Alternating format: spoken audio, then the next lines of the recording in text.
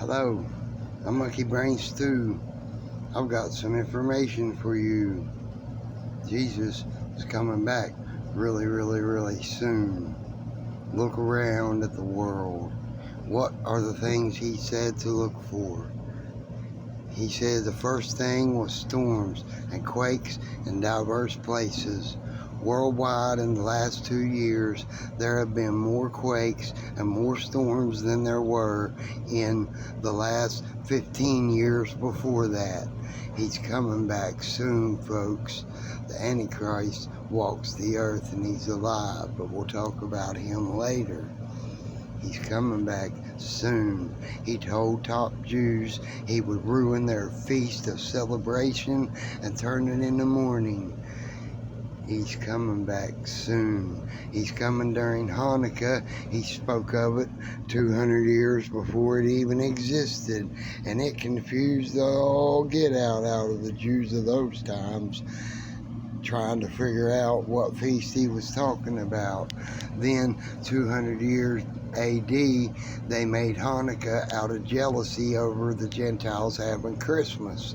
And so it's not truly part of Judaism, but they call it that way, and they're wrong. And Jesus is going to ruin their feast right during the new moon. He said when the first sliver of light comes back to the new moon, that's when he's coming. And so, folks, I'm telling you, it's this year. He said you'll know it's time like you know it's time for rain because you see dark clouds. Well, look around at the world at all the dark clouds, folks. The NWO is all ready and set up to go. They don't need nothing to happen except for the restrainer to be removed. They are ready to lock it up and unleash hell on this earth. Listen, Jesus said he saw Satan fall as lightning from the heights. Lightning from the heights in Aramaic is Barack Obama. He saw Satan fall as Barack Obama. If that don't say it loud and clear enough for you, nothing can. Once the rapture happens and we're taken, it's going to create massive worldwide panic and chaos with drivers of planes, buses, and machineries and computers, and all kinds of people are just going to be gone, and it's going to create devastation and worldwide panic. And Mr. Antichrist will then go to the UN claiming to have all the answers, and all but 3 nations will give their sovereignty to him. Now, can he do it? Yes, he can, and he will. You hide and you watch. It's probably is going to get taken down because he really don't like it, but I'm speaking the truth anyway. In 1945, a fisherman was fishing just outside of Israel. When he saw the opening of Solomon's grotto, the Holy Spirit hit him. He pointed and he yelled that the Ark of the Covenant is in there. So he and his fishermen went in there, and they got some locals to help out, and they explored, and in the very back there was a spot where it was obviously a false wall. And so they started unpacking the rocks, and when they got a little hole in there, you could see something was up in that room behind the false wall. So they sent a small local up through the hole because he's the only one that could fit yet. And he came back with fear of God in his eyes, ran away, wouldn't say nothing.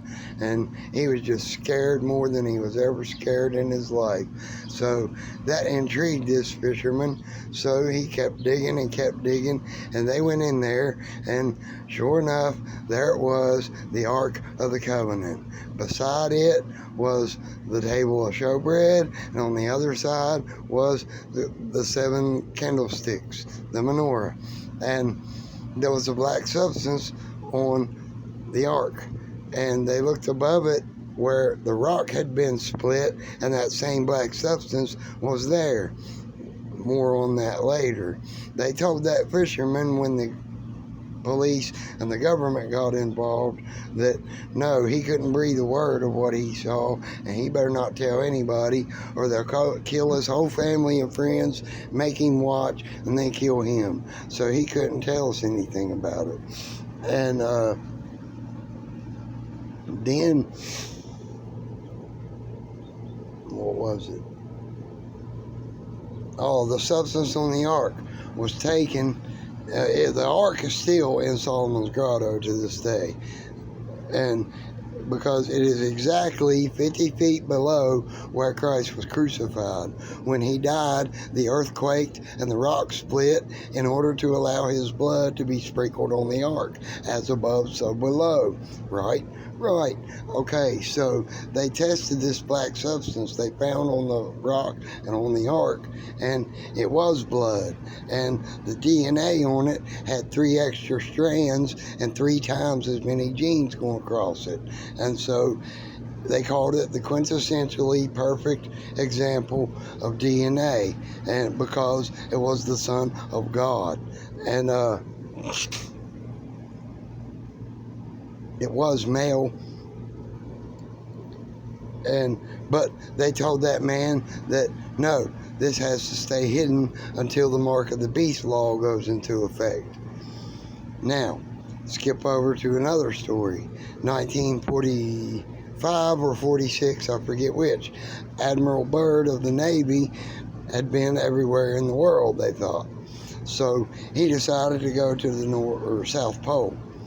When he got to the ice wall at the South Pole, he climbed up the ice wall, after he got out of the boat, climbed up the ice wall and went up and walked a good ways, probably 40 minutes, he said. And he said he saw every coal, diamond, every resource needed for the earth. There's enough there to supply the earth 3 times over. But when he walked far enough, he looked up and he saw where the firmament comes down and meets the edge of the earth. Well, not the edge, of course, but where the firmament meets and covers the earth. And he said it shone like glass, and it was unending. It was huge. And he came back to the ship with fear of God in his eyes.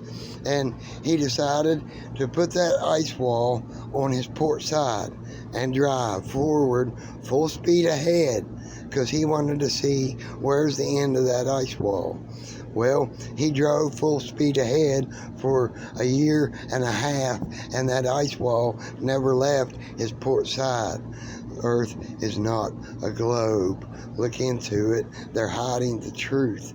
They're hiding the truth. They already call it the mark of the beast law, but they won't admit it. The flat earth map is on the UN flag. They won't admit it. GPS is based on flat earth. They won't admit it, or make up a bunch of scientific explanations for it. That's nothing but excuses for their lies. They're full of crap. Yes, it goes that deep. We never went to the moon. It's all a bunch of BS. Hollywood, NASA, and the government. That's your 3, your satanic trinity. And they're all in cahoots, and it's a bunch of BS. Buzz Aldrin, in an interview recently, was asked about going to the moon. And he said, and I quote, "To the moon, Jimmy, we made people believe we went to the moon." They didn't go to the moon, people. It's all a giant lie. Wake up, world. Don't just automatically call me crazy. Actually look into it and use some common sense. Maybe then you'd understand. What helps me most is the Holy Spirit leads us into all truth. And when I hear something, I either know it's truth or it's crap, because I'm filled with the Holy Spirit. Thank you for your time. Thank you for your education. Good night. Monkey Brain Stew said it's banana time.